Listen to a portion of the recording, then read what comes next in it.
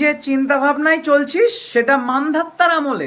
Sorry to say, না না, খারাপ ভাবলেও ভাবতে পারিস, তোর অধিকার আছে। তোদের ফ্যামিলিতে কেউ কি ওই গাঁজা টানতো? হাস, পাগলের মতো কথা বলছিস। তাহলে তোর মধ্যে এত লয়ালিটি কোথা থেকে এলো ভাই? কেন, যারা গাঁজা খায় তারা লয়াল হয় না? তাই তো। দাঁড়া দাঁড়া দাঁড়া, নালিয়ে ফেলেছি বোধহয় আমি। একটু ওই শার্লক হোমসের মতো ভাবতে দে আমাকে।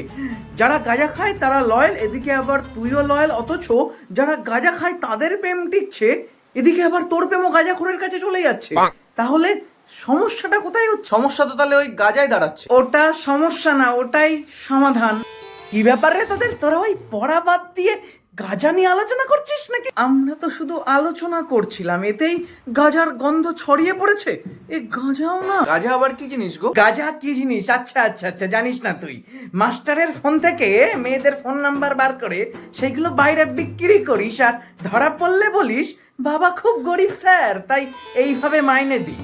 আর গাঁজা কি জিনিস তুই জানিস? আঙ্কেল যা বলছে এসব ঘটনা তো গাঁজা না খেলে ঘটে না। বাবা বাবা, খুব ভালো কথা। তা গণেশের বাউনের এক্সপিরিয়েন্স কোথা থেকে হলো? তাই তো ওই আমি একটু ওই শার্লক হোমসের মতো ভাবতে পারি না, ওই জন্যই বোধ হয়। তাই সব গাঁজা ফাজা নিয়ে আলোচনার প্রয়োজনই বা কেন উঠলো হাবলু? না জেঠু, আমরা কথা বলছিলাম প্রেম নিয়ে, বাবা এসে গাঁজার কথা বল। ওয়াও, কথাটা শুনতে বেশ ভালোই লাগলো। 1-2 না 100% খাঁটি কথা বলেছে তোর বাবা। চারিদিকে দেখছি তো এখন প্রেমের সাথে ওই গাঁজাটাই বেশি মানায়। কোমাটোজি ফোন ধরেনি, তাই না জেঠু? তোরা এখন বাচ্চা ছেলে, তোরা কেন এসব নিয়ে আলোচনা করবি? হ্যাঁ, তোরা এখন শুধু ওই মন খুলে খাবি আর বই খুলে পড়বি। আর ওটা খুলবো শুধু পায়খানা বাথরুম করার জন্য। তা হ্যাঁ হ্যাঁ হ্যাঁ, গৌরব কিছু বললি বাবা? আমিও ওকে ঠিক এটাই বোঝাচ্ছিলাম আঙ্কেল, যে প্রেম করে পাগলে আর প্রেম করে পাগলে।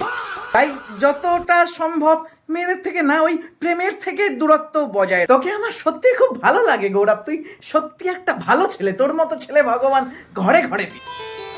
এটাই তো ভুল হাবলু। কোনটা?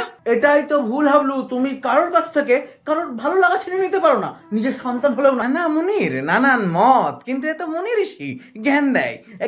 কেন বলো তো, কোন ভালো লাগাটা? দেখো হাবলু, সব জিনিসে বাধা দিতে নেই। ওরা যদি পড়ার মাঝখানে 2 মিনিট কিংবা 1 ঘন্টা প্রেম নিয়ে আলোচনা করে, করুক না, কি বা ক্ষতি হবে তাতে? যদি টিউশন শেষে কোনো মেয়ের পিছু নিয়ে ওরা তার বাড়ি পর্যন্ত যায়, কি বা ক্ষতি হবে তাতে হাবলু?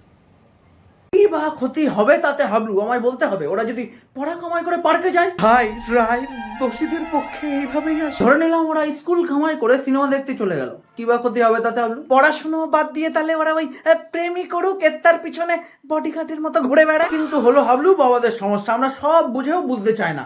আরে স্টুডেন্ট লাইফে প্রেম করবে না তো কি ওরা রিটায়ারমেন্টের পর প্রেম করবে? হ্যাঁ হ্যাঁ হু করছো, তাই তো ভালো হবে বলো?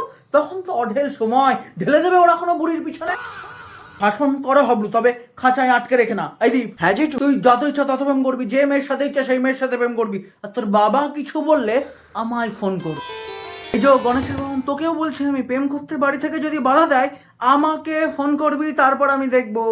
প্রেম করতে দেবে না মানে? গণেশের বাহন বললো, কিন্তু প্রথমবার আমার রাগ হলো না। কিন্তু এত খুশি হচ্ছিস কেন তুই? বাড়িতে রাজি করানোর আঙ্কেল তো পেয়েছিস, কিন্তু মেয়ে তো পাবি না।